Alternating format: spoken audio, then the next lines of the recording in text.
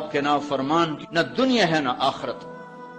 ایک صحابی ہے، یا رسول اللہ میرا باپ نا میری کمائی میں سے خرچ کرتا، مجھ سے پوچھتا ہی نہیں، اور شرعاً قانوناً اگر میری کمائی میرے باپ کی جو کمائی ہے یا زمین ہے جائیداد ہے اس سے الگ میں نے اپنی محنت سے کوئی کمائی کی ہے، وہ میری ذاتی چیز ہے، قانوناً میرے باپ کو بھی پوچھنا چاہیے کہ بیٹا یہ تمہاری چیز میں لے سکتا ہوں، یہ پیسہ میں استعمال کر سکتا ہوں، قانون یہ ہے۔ تو اس نے قانون کی بات کی کہ میرا باپ میرا مال اٹھا کے خرچ کر دیتا، مجھ سے پوچھتا ہی نہیں۔ آپ نے کہا اس کے باپ کو بلاؤ۔ اس کے باپ کو بلایا تو انہوں نے پوچھا کیوں بلا رہے ہیں؟ کہ تیرے بیٹے نے تیری شکایت کی۔ تو اس کو اتنا غم لگا کہ وہ کٹ کے مر گیا۔ اور عرب کی شاعری تو پھر پوری دنیا میں مشہور ہے، آج بھی مشہور ہے۔ تو اس نے دل ہی دل میں کوئی شعر کہے، درد بھرے دکھ بھرے، اور وہ انہی شعر کو اپنی زبان سے نہیں دل ہی دل میں کہتا کہتا دربار رسالت میں مسجد میں پہنچا تو جبریل پہلے آ چکے تھے۔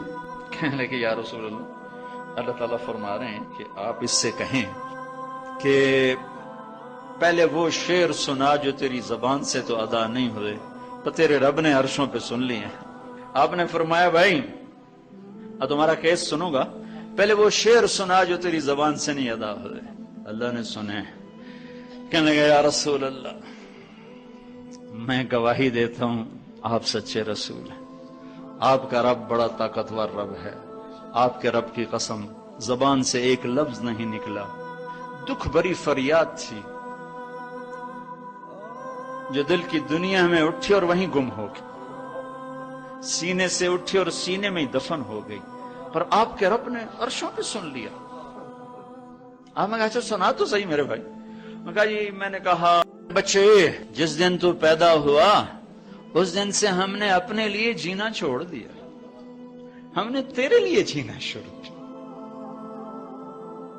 گرمی سے لڑے، سردی سے لڑے، موسموں سے لڑے، حالات کے آہنی پنجوں سے رزق نکالا، جبڑوں سے رزق نکالا، جوانی کو قربان کیا، صحت کو قربان کیا، اپنے جذبات کو سلا دیا، تیرے چہرے کی ایک مسکراہٹ دیکھنے کے لیے ساری ساری رات کام کیا، سارا سارا دن کام کیا، کبھی دھوپ میں کبھی سردی میں، کبھی گرمی سے لڑا کبھی سردی سے لڑا، کبھی موسم سے لڑا کبھی بھوک سے لڑا، تجھے کھلایا خود بھوکا رہا، تجھے پلایا خود پیاسا رہا، تجھے چھاؤں میں لٹایا خود دھوپ میں بیٹھا، تجھے سکھ پہنچایا خود دکھ جھیلا۔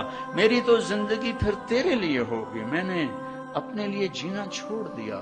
جب کبھی تو بیمار ہوا تو ساری رات میں اور تیری ماں تیرے سرانے بیٹھ کے دھڑ دھڑ دل دھڑک رہے ہوتے تھے، کہیں مر نہ جائے، کچھ ہو نہ جائے۔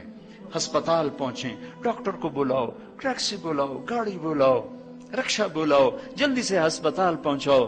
اسی خوفناک خیالات میں ہم روتے تھے، پگھلتے تھے، ٹوٹتے تھے، بکھرتے گئے چلے گئے خشک پتے کی طرح، اور تیرے چہرے کی ایک مسکراہٹ کے لیے ساری مسکراہٹیں بھول گئے، تجھے صحت مند دیکھنے کے لیے اپنی صحت کے سودے کر دیے۔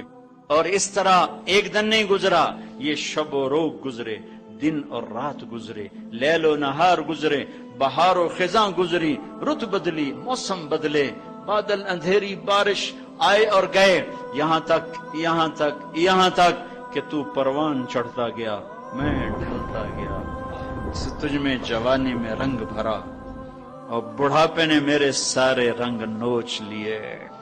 تو سیدھا کھڑا ہوا تنے کی طرح، میری کمر جھک گئی کمان کی طرح، اور میں آسرے کا محتاج ہوا، تو طاقتور ہو کے جوان ہوا۔ پھر مجھے خیال آیا کہ میں اس کی انگلی پکڑ کے چلا، گود بٹھا کے چلا، کندھے بٹھا کے چلا، ہاتھ بٹھا کے چلا، اس کے لیے در در کی ٹھوکریں کھائیں۔ آج جب میں بوڑھا ہوا ہوں تو اب یہ میری انگلی پکڑے گا، میرا ہاتھ پکڑے گا، میں اس کی لاٹھی بنا، یہ میری لاٹھی بنے گا۔ لیکن ایک دم میرے بیٹے تیری آنکھیں ماتھے پہ چڑھ گئیں، تیرے تیور بدل گئے، تو مجھے یوں دیکھنے لگا جیسے میں تیرا باپ نہیں، میں تیرا نوکر ہوں۔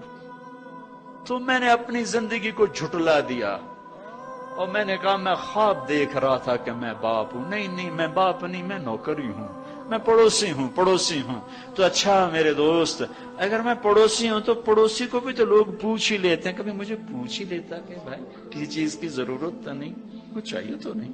یہ اتنے درد بھرے اشعار ہیں کہ میرے تو اتنی فصاحت نہیں کہ میں اس کا ترجمہ کر سکتا، لیکن یہ وہ اشعار تھے کہ میرے نبی زار و قطار روتے اور آپ پھوٹ پڑے اور آپ کی داڑھی آنسوں سے تر ہو گئی اور آپ نے اس کو گریبان سے پکڑا اور یوں جھٹکا دے کر اٹھ جا، دفع ہو جا، انت و مالک لابیک، تو باپ کے خلاف مقدمے کرتا ہے، نکل جا، تو اور تیرا سب کچھ تیرے باپ کا ہے۔ یہ صرف روزے شب قدر سے متعلق نہیں ہے کہ ماں باپ کا نام فرمان ہے تو اس کی شب قدر برباد ہو گئی، ماں باپ کا نام فرمان ہے تو سب کچھ برباد ہو گیا۔